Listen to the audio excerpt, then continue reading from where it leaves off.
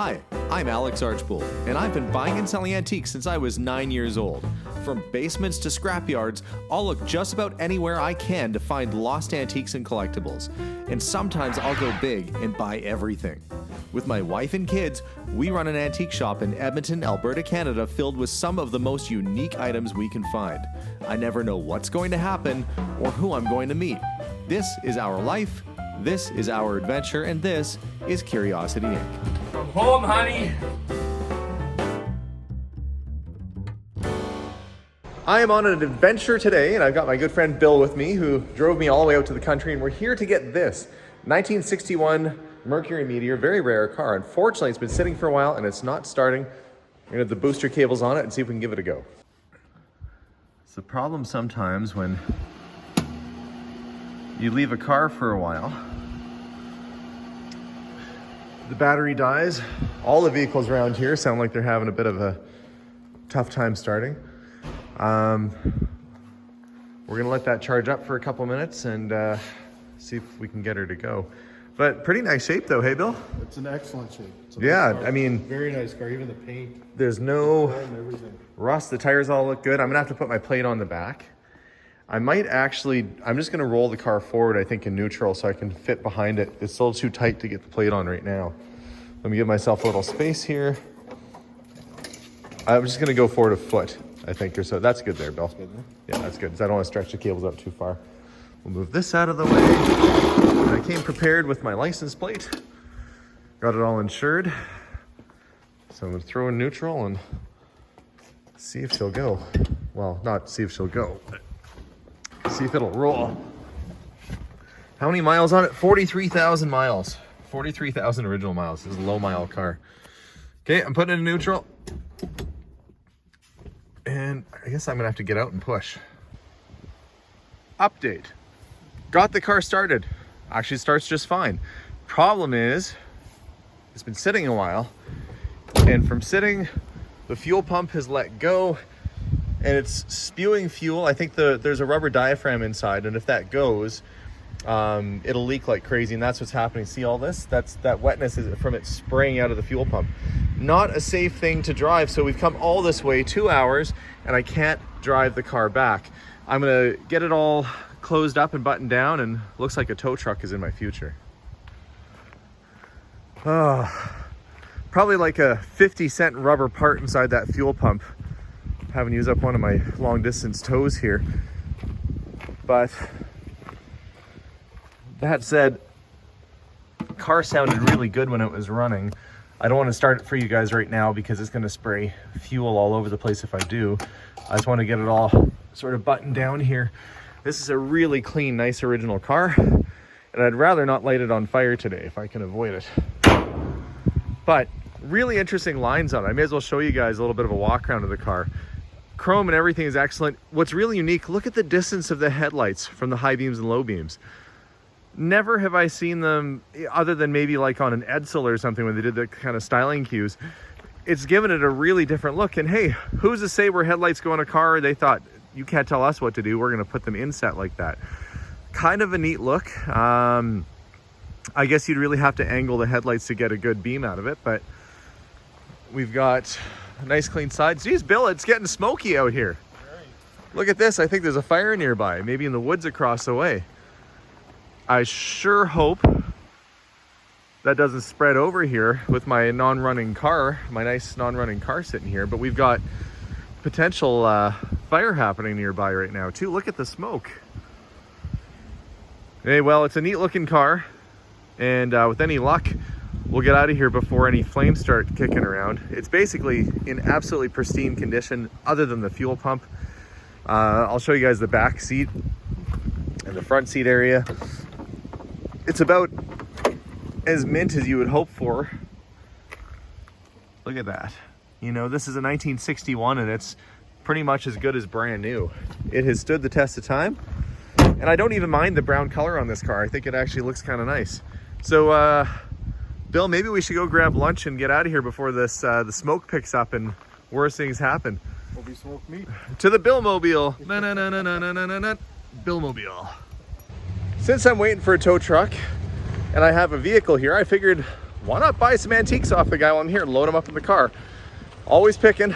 So see what we can fit in that trunk, fill it up with all kinds of cool stuff.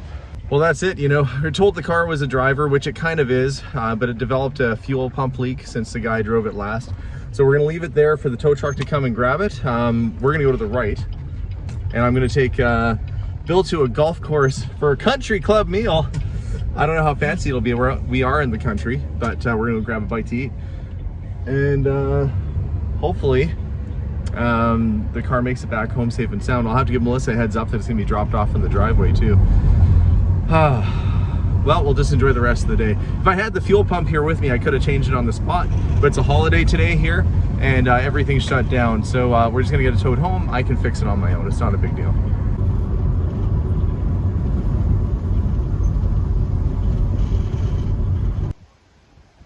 We've arrived at the golf course, and look, hidden in the trees, there's a mysterious phone booth. Like, I don't think anybody's using it. I'm gonna find out if it still has a dial tone. Bill, I'm gonna see if this phone still actually has a dial tone on it. You want me to call you on it? It's in the woods, like you literally can't get in here. Let me see. Ah, you guys, it actually works. Wow. They've abandoned like a 1980s phone booth back here, or 90s. It's probably been here for 20 years, covered by this tree, and the thing still works. That's crazy. If I had more time, I'd stop for a round of golf. I've only been golfing once or twice in my life, but it sure was fun. I think mainly because I like riding around in little golf carts. Here at the restaurant, just waiting on our food, and I see this down the end of the hallway. Look, it's a lost and found. There's a hat, there's a sweater, there's a cooler, and a whole bunch of golf clubs. Is anybody looking for the golfer? Somewhere there's a 75-year-old naked dude running around on the golf course and they just gathered up all the stuff in the box. Well, the car is home. It made it here before I did. This is the culprit right there. Now, to ensure I get the exact right one, I'm going to pull this one off, take it with me into the part supply shop. I'll probably go to Napa. It looks like they have them in stock. It's a pretty common fuel pump and a very easy fix.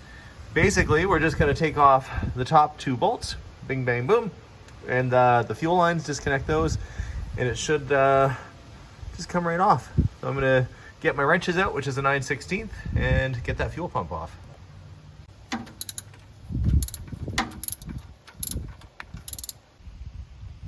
With the fuel pump off, I'm going to make a note of where these two fittings went, so that when I get the new pump, it likely won't have them on there, so I'll have to put these back on. That one goes on the bottom, this one goes on the right side. But I can at least take that in with me and use it as a template in case they're having problems figuring exactly what part number it is. Always makes it a little bit easier. And sometimes there's a core charge. I don't think there will be with this, but good to have the part with you just in case. Well, the one thing that's nice about working on a domestic car is that you can walk into a local store like my Napa here, and they've got the fuel pump that I need right on the shelf. So I'm going to go to work, which is what I have to do. And when I get back home today, I'll install that fuel pump and see if it's working right. Okay, I've got my new fuel pump. I've put my old fittings back on with a little Teflon tape just to make sure the threads have a good seal. I'm going to get the gasket ready and get it bolted back onto the engine. Then I'm going to put the hoses back on, and fingers crossed, this car should start again. You're just in time, Steven, my official helper. Okay, do you want to give the key a turn? Sure. I'm gonna watch for leaks. Just give it a crack. Yep. Okay, that's good. And no leaks. Okay, that's great. Cool. Okay, I think it's all good. I'm gonna give it a bit of a wash down in here because it kind of sprayed gas up on the inside. And I'll have to take it for a test drive. You want to come with me? Sure. Changing the fuel pump is probably, you know, I wouldn't say I'm a novice, but I'm not an actual mechanic. It took me all of 5 minutes and I'm good to go for the road. So first test drive is about to happen. I couldn't get too far for the test drive. I had to go straight to a gas station because not only is this 2-year-old gas that's in here, but it's right on the E. That's not a good sign. I may as well, while I'm waiting for this lineup to get through, I'm at the local Costco. I guess we can play a game called What Works and What Doesn't. So my oil and generator light work. We'll give that a second, see if the radio works. Do I have a fan?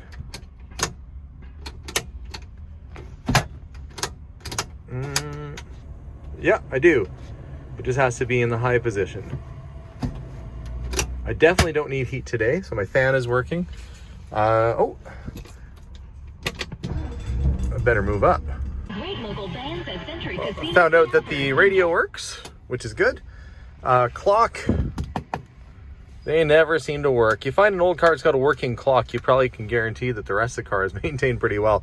These things are pretty unreliable. Well, I guess, I mean, it's an old car. What do you expect? Everything seems to be in pretty good condition. All the lights are good. Wipers. Oops, my horn works. Oops, I probably scared the person in front of me. Wipers are working. Everything so far seems to be working. And look, free pen. One nice little surprise was this. Look what I found in the glove box. The owner's manuals. Look at that. 1961 Meteor. I've got both owner's manuals. And not only did I get the owner's manuals for the car, looking at this, you know what that is? Because I do. That's the blanking plate in case you want to be a radio delete car. So this might have been a radio delete car, and then he found a factory correct Ford radio to go in there. Pretty cool that that's still in the glove box. Who knows? Maybe that's been in there since new. The liner's in great shape. This car is basically like a brand new car. I mean, truly, it's pretty excellent all the way around. No complaints. Does this car have air conditioning, you might ask? Well, to answer you, kind of. When you open this little vent window here, that's about as much AC as you're gonna get. There's no AC. A lot of Canadian cars don't have air conditioning because, frankly, it only gets hot enough to use AC for maybe a couple weeks out of the year. Really don't need it that badly. But everything else is in great shape. Even the steering wheel is pretty well uncracked. Just a little bit of cleaning and, you know, it's gonna be freedom on the highway for me. I am at the car wash. I have to say, I get to the pumps in front of me and I didn't want the lady in front of me in her car to think I was being rude. So when I stop in front of her, I get out and I say, oh, I'm very sorry. I wasn't honking at you. I accidentally hit my horn. I was looking at some buttons on my car. And I'm kind of, I'm doing a lot of hand talking and stuff. I come to realize very quickly that she does not speak English, and now she's even more terrified, and she gets in her car like I'm some kind of mugger. Anyway, to the lady, if this video translates to you, I end up watching this at some point, I'm sorry for accidentally hitting my horn button. I didn't mean to frighten you and then wave my hands all around like a crazy person trying to apologize, like a good Canadian that I am. Anyway, I'm gonna wash this car off and see how it looks when it's dust free.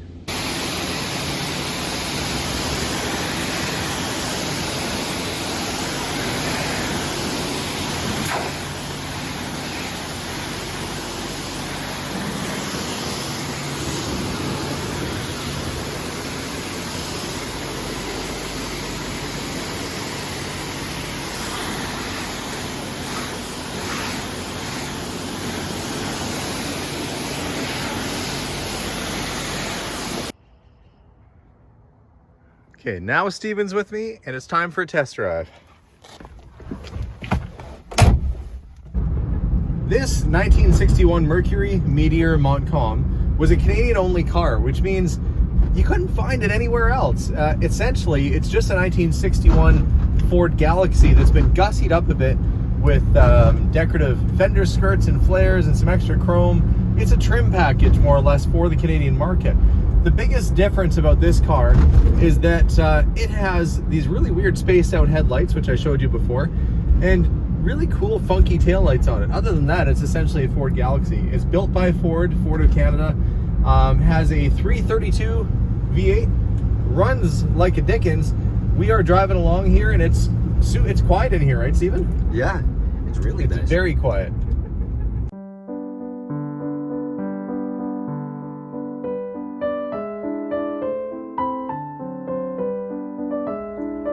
It's funny sometimes how deals work out. I went to go buy a whole bunch of advertising signs, and the fella said, well, let's work out a deal with the car in it. So I ended up with this car. It's in great shape. Just have a look. With its distinct quad headlight design and the, like I said, sort of the gussied up chrome fender skirts with this little chrome flare coming down the rear bit. That is a lot of window dressing on what is essentially a Ford Galaxy. The condition of this car is phenomenal. It has every little bit for it is as it should be. The original bumpers, the chrome is fantastic. It is just a stunning old vehicle in great shape. Albeit it does not have power steering or brakes. It is an automatic. It's got that going for it. You'll build up muscle while you drive.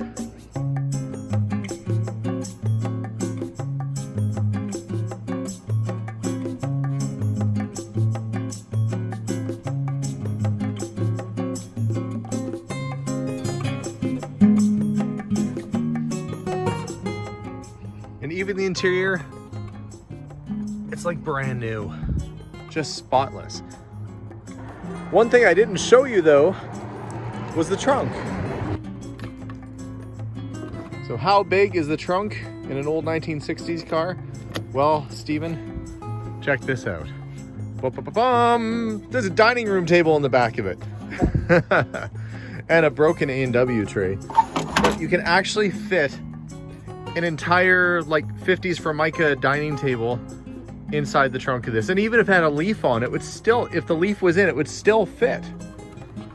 That's crazy. I mean, I guess you want to make sure you have enough room for the whole family to go anywhere, but I don't know if I've had too many cars I could put a dining room table in the trunk of. That's almost a first.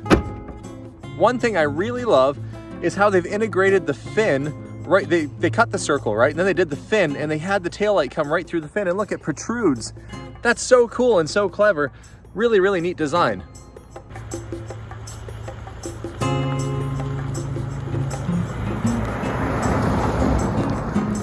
So, you go out to buy some signs, you end up with the cool old Ford. Don't know exactly what I'm gonna do with it, but I put some plates on it. We're gonna drive it for a while and basically just have some fun. So thanks very much for watching today's episode, guys. I hope you enjoyed the adventure. And for me, I've got a new ride to take to work tomorrow. We'll see you guys all soon, and bye for now.